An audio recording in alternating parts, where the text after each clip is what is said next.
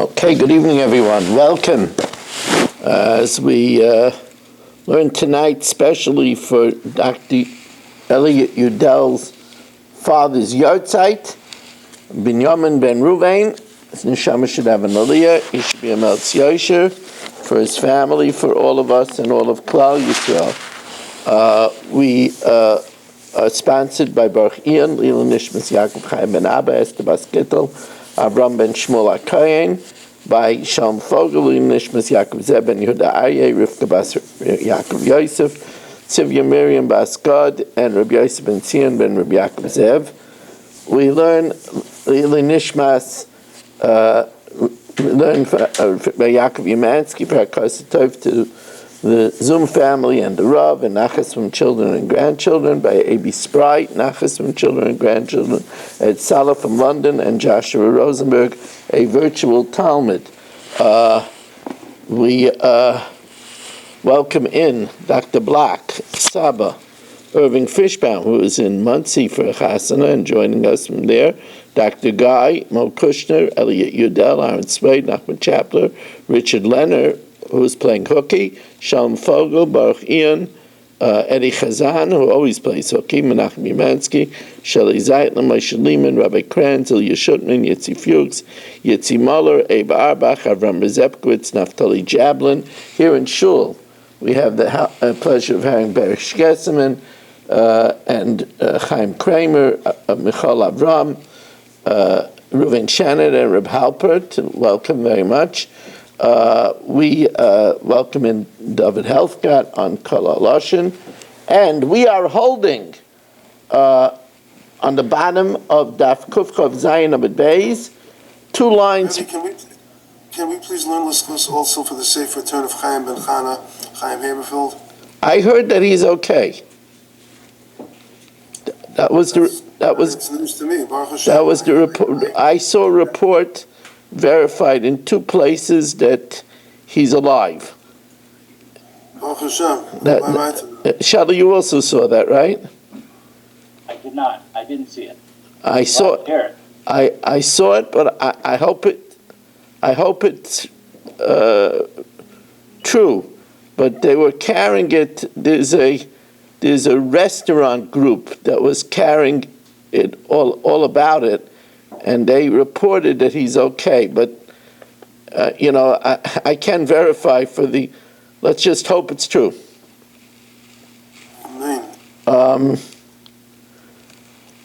Okay, 2 lines from the bottom of Daf Kufchav Zayin Amud Beis. Shalach le Rab Abba le Rab Yosef bar Chama. Rab Abba sent to Rab Yosef bar Chama. Ha'omer lechaverai. If, let's say, you never trust somebody that wears dark glasses inside. So ha'omer lechaverai, if I say to Rich, Avdi ganafta, you stole my evet. My Tony, and he insists I didn't steal him. So then I said, so well, what's he doing by you? I see him working in your house. So now he spins a tale. You sold him to me. You gave him to me as a gift. And now Rich says, with calling my bluff, if you want, Rabbi Weiss, Hashba, swear that you didn't sell him to me, that you didn't give him to me as a gift, Vital. And what did I do? I wasn't shy. Vinishba. I went ahead and swore. And now Rich starts singing his turn. No, let's swear. I bought him from you. You gave him to me as a gift. He can't back out. So the Gemara says, well, my Kamash Malan, what's the Chiddush? Tanina. We learned this. Amalai, if a man says who's going to be judged, and he says, Neman alai Abba, I trust my father to judge. Or with the other litigant, he says to the other litigant, Neman alai Avich, I trust your father. Or Neman alai Shleisha Rei Bakar, I trust these 3 shepherds to make a judgment. Rameh says that I could back out and say, what do you think, I wanted to accept shepherds? And the sages say, I can't back out. So of course we paskin like the Chachamim. So what's the chiddush? So over here also, Rich can't back out if he was accepting my shvua. Says Gemara, Hakamash Balon, the chiddush is the be'etein loch machlokes, that even if in a case where he says, I'll give him to you, it's one thing to say, I'll accept the judgment. But where he says, I'll give it to you straight out, so there maybe he might be able to back out. We learn that even over there's a machlokes, v'halacha k'divrei chachamim, that Rich cannot back out. For those that are just joining us, and thank you everybody for adjusting your schedule, 7 lines from the top of Daf Kuf Ches Amud Aleph. Et Lacha is without a shvua even? No, with a shvua. Shalach le Reb Abba Rav Yosef bar Chama. Reb Abba sent to Rav Yosef bar Chama, halacha goyvin min ha'avodim. The law is that if you owe somebody money, so in a case where there is the slaves are left to the Yisomim, you could collect from slaves. Now, that's because Avodim are hukshu l'karkais, so just like you could collect from karka, you could collect from the karka of the Yisomim, because there's a lien on it, so you could collect from slaves. Rav Nachman Amar Ein Goyim. Rav Nachman says no. It's true that Avodim are juxtaposed to karka, but that's only in regard to the law that it's nikdas b'kesef b'shtar b'chazaka, or in the law that ein nishboin ala avodim, like ein nishboin ala karkais. But over here, since people don't usually rely on collection from slaves, because slaves they could disappear and they could die, so therefore it's not considered like karka. It's considered more like metaltalin, and metaltalin the yasmei lo mishtabdei lebal chayv. Shalach le Reb Abba Rav Yosef bar Chama. Now this is a very interesting piece of Gemara about, we know that you're not allowed to give testimony about a relative. Now how far does that go? So Shalach le Reb Abba Rav Yosef bar Chama, halacha shlishi b'sheni kasher.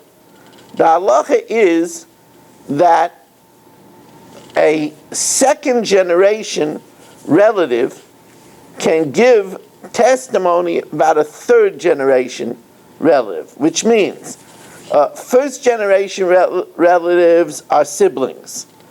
Second generation relatives are the children of the siblings, in other words, cousins. The third generation is what we call first cousin once removed, which means like my mother's cousin. My mother's cousin, my mother has a cousin, Peter, right? It's the son of her father's brother, Lippy. So that Peter would be my first cousin once removed, right? My cousin is the children of my siblings, right? That's my cousin. Children of your... My cousin is my cousin. Children of your parents' siblings. My cousin is the children of my parents' siblings. That's right. That's my cousin. My cousin is the children of my parents' siblings. So, but anyway, so Rava Amar, Shalach le Reb Abba Rav Yosef bar Chama, halacha shlishi b'sheni kasher. The halacha is that testimony on behalf of a third generation can be given by a second generation. This means, for example, that Reuven's grandchildren.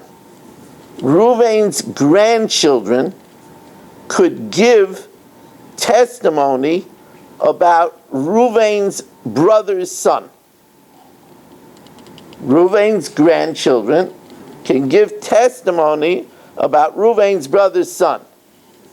Rava says, Afparishan, even a first generation, a person could give testimony about their great uncle.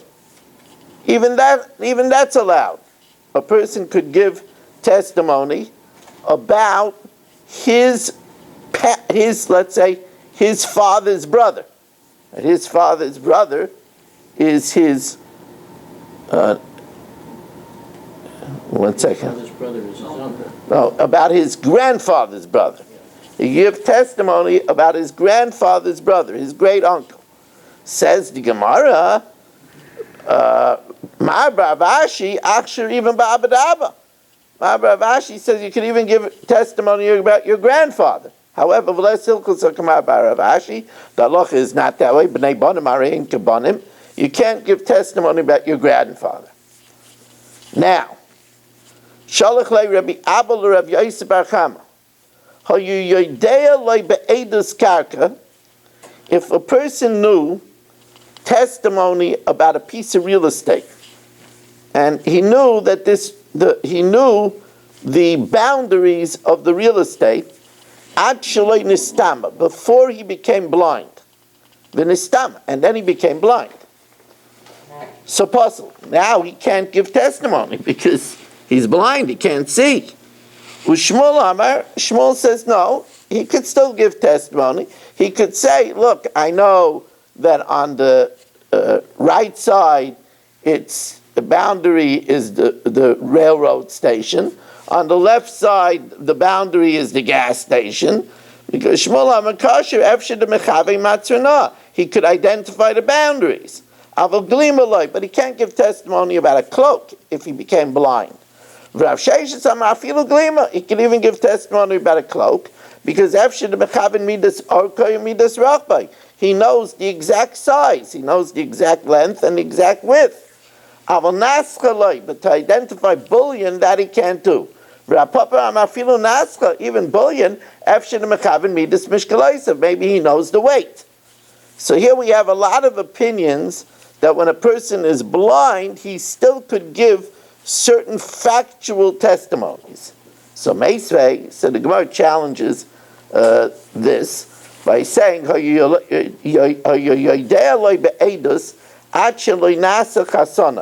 if a person knows testimony before he becomes the person's son-in-law. Now, once you're a son-in-law, you're a relative. V'nasa chasanai.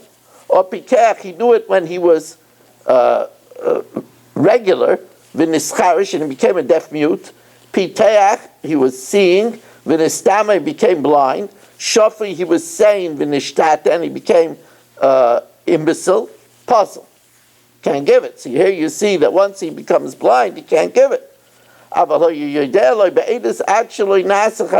he knows testimony before he became a son-in-law, he became a son-in-law, but then the daughter died. So now at the end he's not a relative again. He was okay, he became a deaf mute because of his pakach, but then he became okay again. He was seeing blind because of his pata, and then he sees again. Shafui, he was okay, v'nishtata, became an imbecile, the chazer v'nishtapa, and then he became okay again. Kosher. Because as long as in the beginning and the end he's good,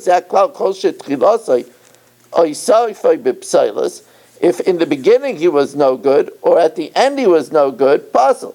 But if in the beginning and the end he was okay, even though there was an interim that he was not, kosher. So you see over here clearly that though if he saw and then he became blind, he can't give testimony. To Yufta the Kulu, it's a refutation of all of them to Yufta. Now, you know what, Michal Avram, I'll take you up in some water.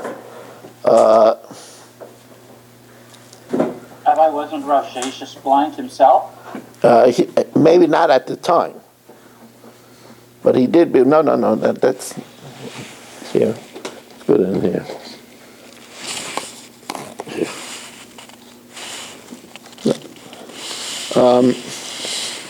Shalach Rabbi Abba Rav Yosef bar Chama. Rabbi Abba sent to Rav Yosef bar Chama the following ambiguous psak. Ha'omer al tinik bein abonim, if somebody says about one child over another child, or over the other children, Neman, he's believed. Rabbi Yochanan Amar Eina Neman. Now what does that mean if he says about one child over another child? What does that mean? Baruch atah Adonai Eloheinu melech haolam shehakol niyeh b'dvaro.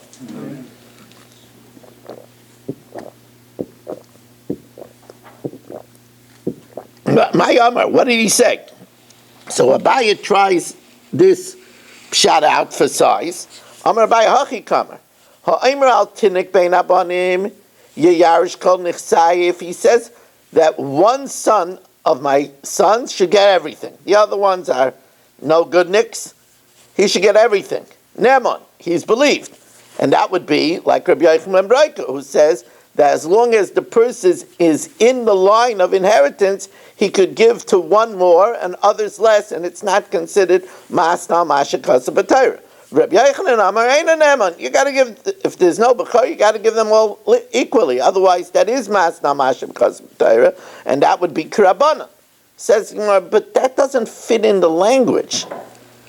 It shouldn't say ha'omer al tinik bein abanim. It should say, if somebody says that one of the children should be Yairish bein abanim, maskver rava hay neman ve'ena neman. Should it say he's believed, he's not believed? Yarish v'lo yarish mebayle. It should say that he could say one of his sons should inherit, and Rabbi Yochanan says they can inherit. So that can't be pshat. Rather, pshat is Elam Rav. And when I saw this was the first pshat that I thought of. The question is the father believed to say that the child is a bechor against the chazaka, like we learned last night? If he says, although one of the other children had a chazaka of being the bechor, if he says that this one is the bechor, Neman, that's like the sheet of Rabbi Huda. Rabbi Yochanan Amar Eina Neman, he's not believed, because he's not believed. Yakir is not when it's against the chazaka, and that would be karabana. Now, 6 din. Shalach le Rab Abel Rab Yosef bar Chama. Titol ishti ke'echad min abanim. My wife should inherit like one of the sons. Now, he doesn't say inherit, because inherit, the wife doesn't inherit. And that would be masna masha kaz b'Torah. She's not in the line of inheritance. But here he's giving a bequest. Titol ishti ke'echad min abanim. If he says my wife should take like one of the children, noiteles ke'echad min abanim. She gets like one of the children. But she only gets the properties that he had at the time that he said it. Because we hold eina the makna davar shaloi bala eilan. Amar Rava b'nechasim shel achshav. Only the property that he has now. And even if a child is born later, she has to share only with the full amount of children. She can't say, well, the bequest was made before that child was born. No. We calculate because he said she should share at the time of sharing amongst the children. That means amongst all the children that was at the time of his demise. Now, Shalach le Rab Abba le Rav Yosef bar Chama. Rab Abba sent to Rav Yosef bar Chama. Hamoitzi shtar chayv al chaveiroi. Here, what do you expect? What do you expect? Where's the man with the glasses? Who wears, Rabbi say, who wears dark glasses inside a house? I ask you. I never even saw Eddie do that. I'm telling you, you got to watch out. When a person doesn't want you to see his eyes, oh boy, watch out. Now, so, true to form, I present a promissory note that Rich owes me $10,000. Malva Eimer Lo Nifrati Klum. I say, Rich, you didn't pay me a single dollar, a single kopek, a single ruble, a single shekel. V'loiva Eimer, Rich said, Parati Mechze. I paid 5,000. Now that's a classic case of Moed B'Mikzeh. Ah, no. There's a twist over here. Witnesses, and I'm talking about solid witnesses. We're not talking about Eddie over here, you know. We're talking about solid witnesses here. You know, Dr. Block and Saba, they testify that Rich paid me everything.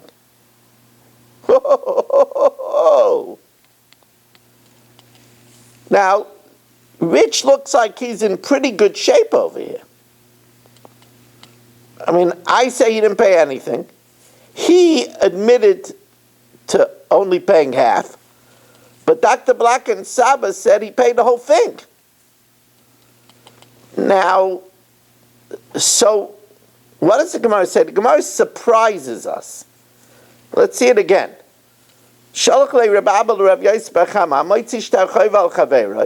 I present a document, a promissory note that Rich owes me $10,000. I say he didn't pay anything.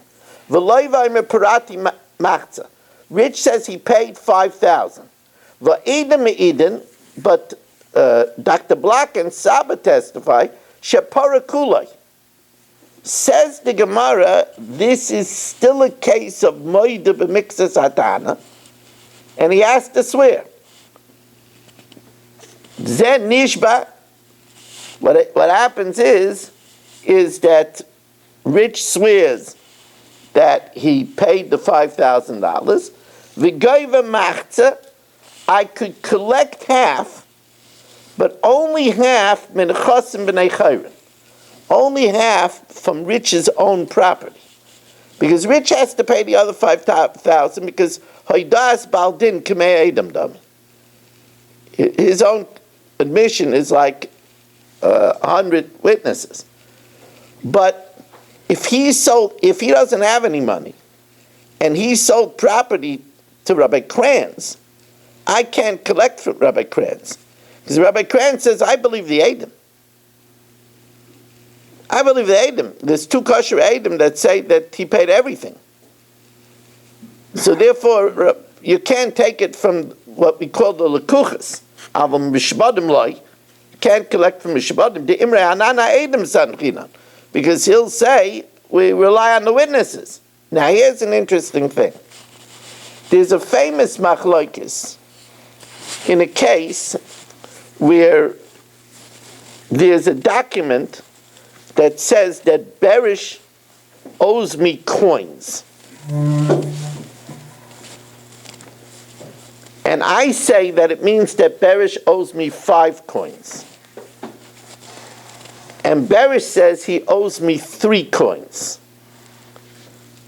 In that case, there's a machlokes whether Berish has to swear.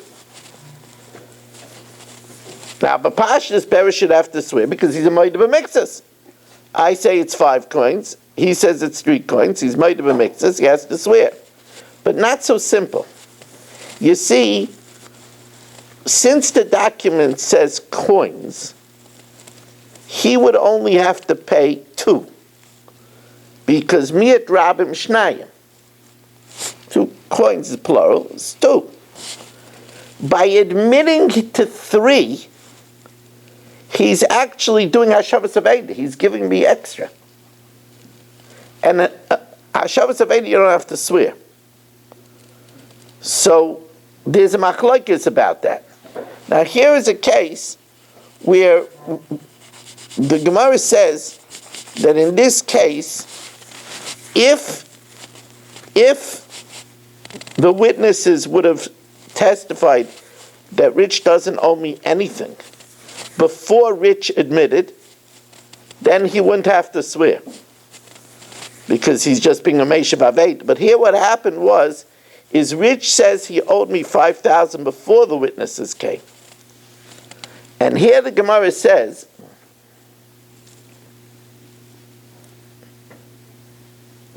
Va'afilu Rabbi Kiva, and even according to Rabbi Kiva, the Amar Meishiv Avedahavi, in the case where the shtar said that Berish owed me coins, and he would only have to give me 2, because miyat coins is 2, and he says 3.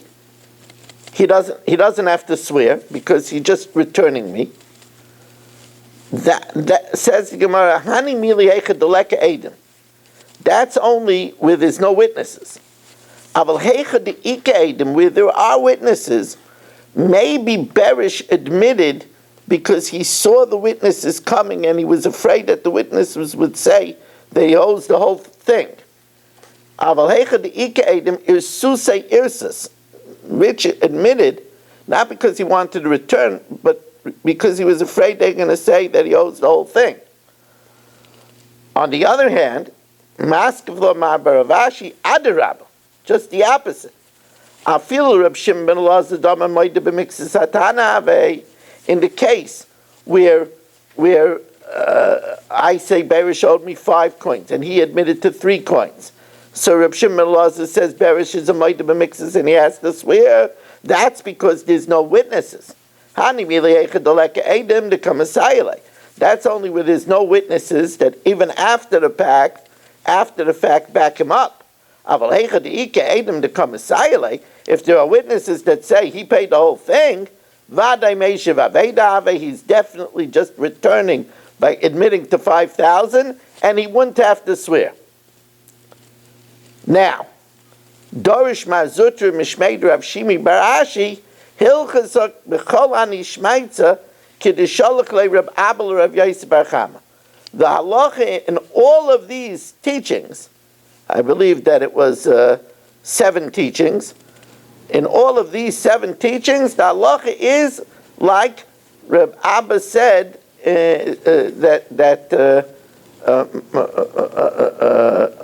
like Rab Abba sent to Rabbi Yosef Bar Chama. Says Gemara, but what about the case of the Avodim, where Rav Nachman Paskin not that way? And Rav Nachman Paskin, Rabbi Nachman, remember, was a great dayan, v'yordol kededina, and Rav Nachman Paskin that you can't collect a debt from the Avodim of the Yisayimim. It's not considered like karka in that aspect. Amalei Ravina Rav Ashi Rav Nachman Mai. So says the Gemara, no, he will have a different girsa. He will have the girsa that Rabbi Yosef Bar Chama, Reb Abba sent to Rabbi Yosef Bar Chama, concurring with Rav Nachman, that you Amalei Ravina Rav Ashi Rav Nachman Mai Amalei Ein Goyvin Masninullah. There he had the nusach that Reb Abba sent to Rabbi Yosef Bar Chama that you cannot collect from the slaves of Yisayimim. They're not considered like karka in this aspect. V'chein amar Rav Nachman. And so said Rav Nachman. We'll take this up from here tomorrow. And now we're going to do the Mishnah Yomis.